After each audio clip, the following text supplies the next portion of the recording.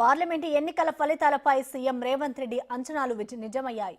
బీజేపీకి 240 సీట్ల వరకే వస్తాయంటూ పోలింగ్ కు ముందు ఆయన ఓ టీవీ ఛానల్ ఇంటర్వ్యూలో స్పష్టం చేశారు. ఆయన చెప్పినట్టే ప్రస్తుతం బీజేపీ 243 సీట్ల దగ్గరే ఆగిపోయింది. దేశవ్యాప్తంగా జరిగిన లోక్సభ ఎన్నికల ఫలితాలపై తెలంగాణ ముఖ్యమంత్రి రేవంత్ రెడ్డి చెప్పిన అంచనాలు నిజమయ్యాయి. ఇంత ఖచ్చితంగా ఎలా చెప్పారని కాంగ్రెస్లోనే చర్చ జరుగుతోంది. అపారమైన అనుభవం ఉన్న సీఎం రేవంత్ రెడ్డి అంచనాలు నిజం కావడంతో అందరూ ఆనందం వ్యక్తం చేస్తున్నారు. మంచి ఆలోచనలతో తెలంగాణలో కాంగ్రెస్ ని అధికారంలోకి తీసుకొచ్చిన సీఎం రేవంత్ రెడ్డికి దేశ రాజకీయాలపై పూర్తి పట్టుంది. బీజేపీకి 400 సీట్లు వస్తాయని గొప్పలు చెప్పుకుంటుంటే ఆ పార్టీ కేవలం 240 సీట్లకే పరిమితమవుతుందని చెప్పిన రేవంత్ రెడ్డి మాటలు నిజమయ్యాయి.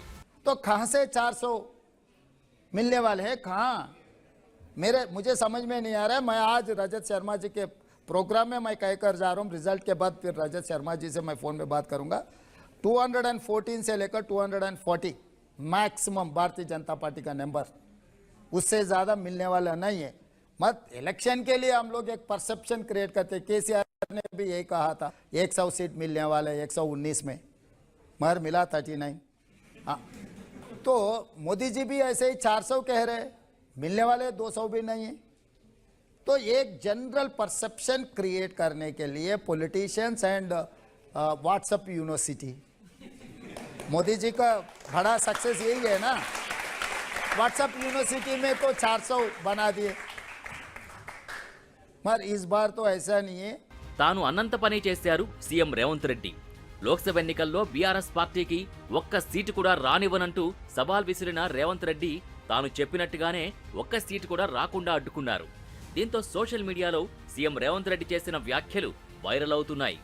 ఎన్నికల కంటే ముందు రేవంత్ రెడ్డి పేరు చెప్తే 3 సీట్లు రాకపోతుండే అని నేను ఇవాళ ఈ వేదిక మీద నుంచి ఆ సొల్లు వాగుడు వాగే కేటీఆర్ కి సవాలు విసురుతున్నా.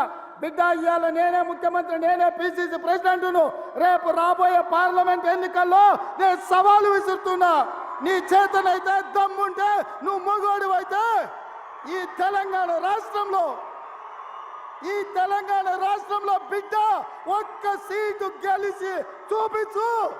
నీ అయ్యా నువ్వు వస్తావో నీ అయ్య వస్తాడో మా కార్యకర్తలు చూసుకుంటారు బిడ్డ. సీఎం రేవంత్ రెడ్డి చెప్పడమే కాదు, చేసి చూపించారు. తెలంగాణ అసెంబ్లీ ఎన్నికల్లో ఓటమి పాలైన బీఆర్ఎస్ నేతలు లోక్సభ ఎన్నికల్లో ఘన విజయం సాధిస్తామని కేటీఆర్ విర్రవీగారు.